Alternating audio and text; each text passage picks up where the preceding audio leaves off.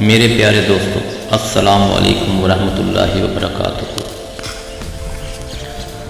ہم آپ کو اپنے چینل میں خوش آمدید کہتے ہیں۔ آج ہم آپ لوگوں کے لیے جو ویڈیو لائے ہیں اس کا عنوان ہے ملازمت کی آفر جعلی ہے یا اصلی، کیسے پتہ لگے گا؟ جانیے اس ویڈیو میں۔ انٹرنیٹ کے اس دور میں نوکری تلاش کرنا مشکل تو نہیں رہا۔ اب جسے بھی نوکری کی تلاش ہوتی ہے وہ سب سے پہلے انٹرنیٹ کے ذریعے نوکری تلاش کرتا ہے۔ لیکن جہاں اس سہولت سے ہمیں فائدہ ہو رہا ہے وہیں اس کے کچھ نقصان بھی موجود ہیں۔ کہ آیا جو نوکری ہم نے تلاش کی ہے کہیں وہ جعلی تو نہیں؟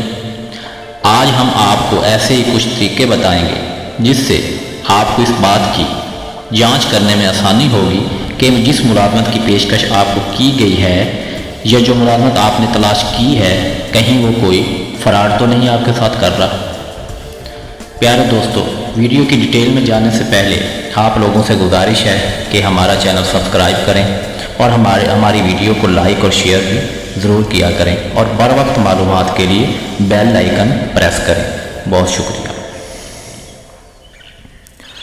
نمبر 1، عموماً جب بھی آپ انٹرنیٹ کے ذریعے کسی نوکری کے لیے درخواست دیتے ہیں تو بدلے میں آپ کو ایک ای میل موصول ہوتی ہے۔ آیا اگر موصول ہوئی اور ای میل میں نوکری کے حوالے سے تمام تفصیلات موجود ہوں، مثلا تنخواہ، کام، کردار، تو اس کا صاف مطلب یہی ہوگا کہ یہ نوکری جعلی ہے، کیونکہ کوئی بھی ادارہ بغیر کسی انٹرویو کے ان چیزوں کا تعین نہیں کرتا۔ نمبر 2، کئی جعلی ادارے اس طرح کی ملازمتوں میں پہلے کچھ رقم ڈپازٹ کی صورت میں جمع کروانے کا کہتے ہیں۔ اگر آپ کے ساتھ بھی ایسا کچھ ہو تو سمجھ جائیں کہ نوکری جعلی ہے، کیونکہ کوئی بھی حقیقی ادارہ کسی قسم کی کوئی رقم کسی ملازمت کے درخواست دہندہ سے وصول نہیں کرتا ہے۔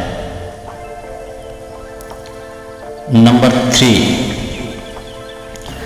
ای میل کے ذریعے دفتر کا بتایا گیا پتہ غلط ہوگا، جس سے یہ بات واضح ہو جائے گی کہ نوکری کی پیشکش جعلی ہے اور آپ کو مزید اس نوکری کے پیچھے اپنا قیمتی وقت ضائع کرنے کی ضرورت نہیں پڑے گی اور وقت پر ہی آپ اس جعلی نوکری کا شکار ہونے سے بچ جائیں گے۔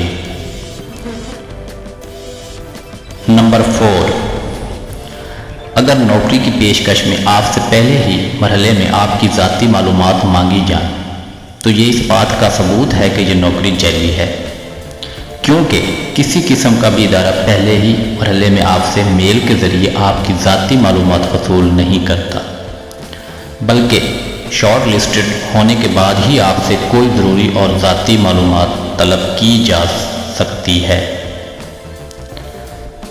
نمبر 5،